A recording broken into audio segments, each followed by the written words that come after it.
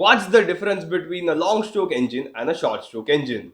So my name is Purwang Mantri and welcome back to my channel. और आज के video में हम बात करेंगे about the long stroke engine and the short stroke engine. Roll the intro.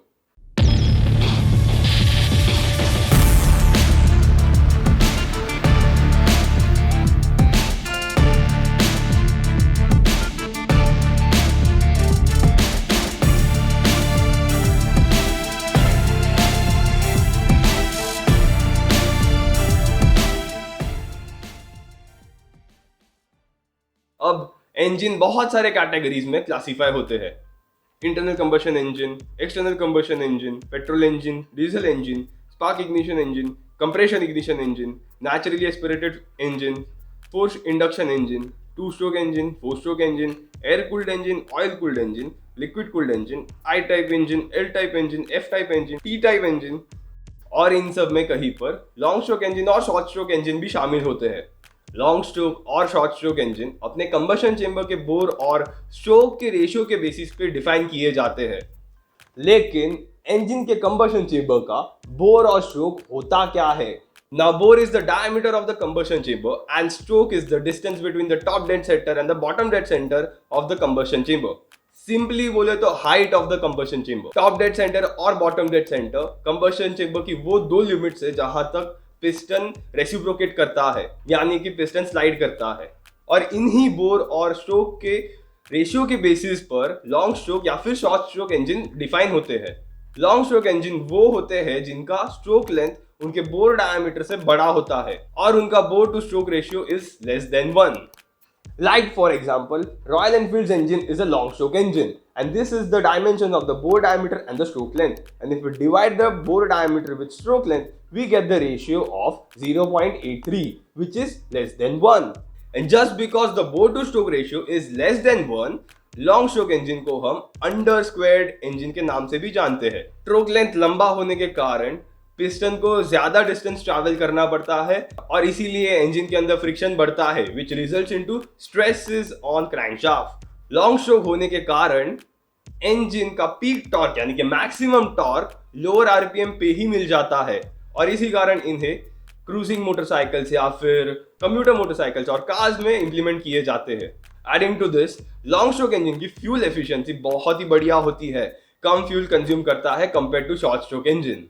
Also, the volume to surface area ratio in long stroke engine is higher, जिसकी वजह से हीट डिसिपेशन में भी कोई दिक्कत नहीं होती.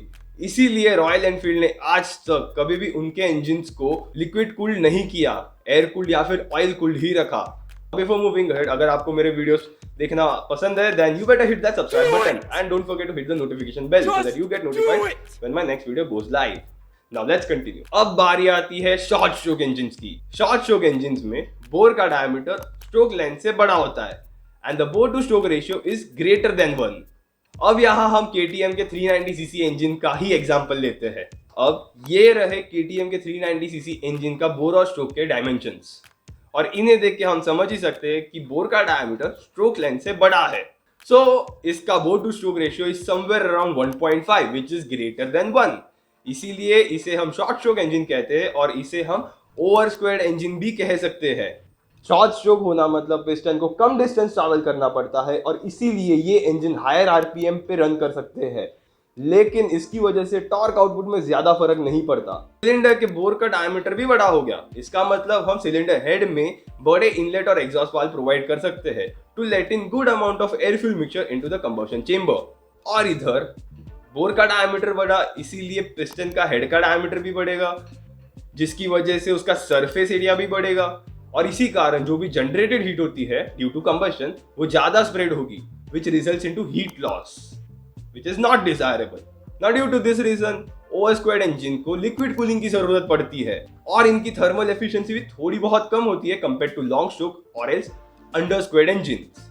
And lastly, we have the best of both worlds, the square engine. अब square engine दिखने में square की तरह नहीं होता, लेकिन उसका बोर का डायमीटर और स्ट्रोक लेंथ इक्वल होता है, which means bore to stroke ratio is equal to 1. फिलहाल तो इंडियन मार्केट में हार्डली किसी गाड़ी या बाइक में स्क्वायर्ड इंजन यूज करते हैं. अंडर स्क्वायर्ड इंजन यानी कि लॉन्ग स्ट्रोक इंजन को मेजॉरिटी क्रूजिंग बाइक्स या फिर कम्यूटर बाइक्स और हमारे पैसेंजर व्हीकल्स और कमर्शियल व्हीकल्स में यूज किया जाता है, वाइल ओवर स्क्वाड इंजन यानी कि शॉर्ट स्ट्रोक इंजन को फास्ट कार्स और फास्ट बाइक्स में यूज किया जाता है. And that's it for today's video. Leave your queries and suggestions in the comment section below. Make sure to hit the like button if you like this video or hit the dislike button if you didn't like this video. Now don't forget to subscribe to my channel because we are aiming to reach 1000 subscribers before the year 2021 ends, जो कि 2 महीने में खत्म होने वाला है. And if we hit 1000 subscribers before the year 2021 ends, then I'm going to celebrate that moment with a shoey where I'm going जहां मैं एक बेवरेज मेरे जूते में पोर करूंगा और उसे मैं पीऊंगा. So if you want to see me do the shoey, then you better hit that subscribe button and make this channel to reach 1000 subscribers before the year 2021 ends. And finally, wear your helmet while riding, seat belts while driving. This is Purvangmati signing off. See you on next Thursday at 7:30 p.m.